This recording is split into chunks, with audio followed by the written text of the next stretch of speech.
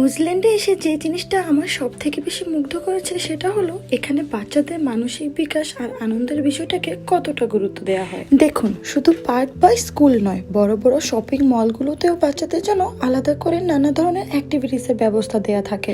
এখন যেহেতু school holiday চলছে, তাই অনেক মল বাচ্চাদের জন্য বিশেষ আয়োজন করা হয়েছে। আমি আজ ছিলাম ওয়েস্টফিল্ড মলে। সেখানে 2026 এর ফিফা ওয়ার্ল্ড কাপকে সামনে রেখে দারুণ একটি ফুটবল থিমের কর্নার তৈরি করা হয়েছে। বাচ্চারা সেখানে বসে ছবি আঁকছে, রং করছে, ফুটবল নিয়ে বিভিন্ন সৃজনশীল কাজে অংশ নিচ্ছে। এই ধরনের আয়োজন শুধু বিনোদনের জন্য নয়, বরং বাচ্চাদের কল্পনা শক্তি, সৃজনশীলতা এবং আত্মবিশ্বাস গড়ে তুলতেও অনেক সাহায্য করে। সব থেকে ভালো লাগে তারা মোবাইল বা স্ক্রিনে সময় কাটানোর বদলে এমন সুন্দর পরিবেশে নতুন নতুন কিছু শিখছে, অন্য বাচ্চাদের সঙ্গে মিশছে এবং আনন্দ করছে। আমার মেয়ে ছেলেও খুব দারুণ উপভোগ করছে। আমরা একদিকে শপিং করছি, ফুড কোর্টে খাওয়া দাওয়া করছি, আর ওরা নিশ্চিতভাবে বসে ছবি এঁকেছে। পুরো পরিবার একসাথে সত্যিকারের কোয়ালিটি টাইম কাটানোর সুযোগ পেয়েছি, এইটাই কিন্তু অনেক বেশি। মাঝে মাঝে আমার কাছে মনে হয় এমন ছোট ছোট উদ্যোগই একটি পুরো সমাজকে আরো সুন্দর করে তুলতে পারে। সত্যি বলতে, এমন মুগ্ধকর পরিবেশ দেখলে সবারই যেন মনটা ভরে যায়।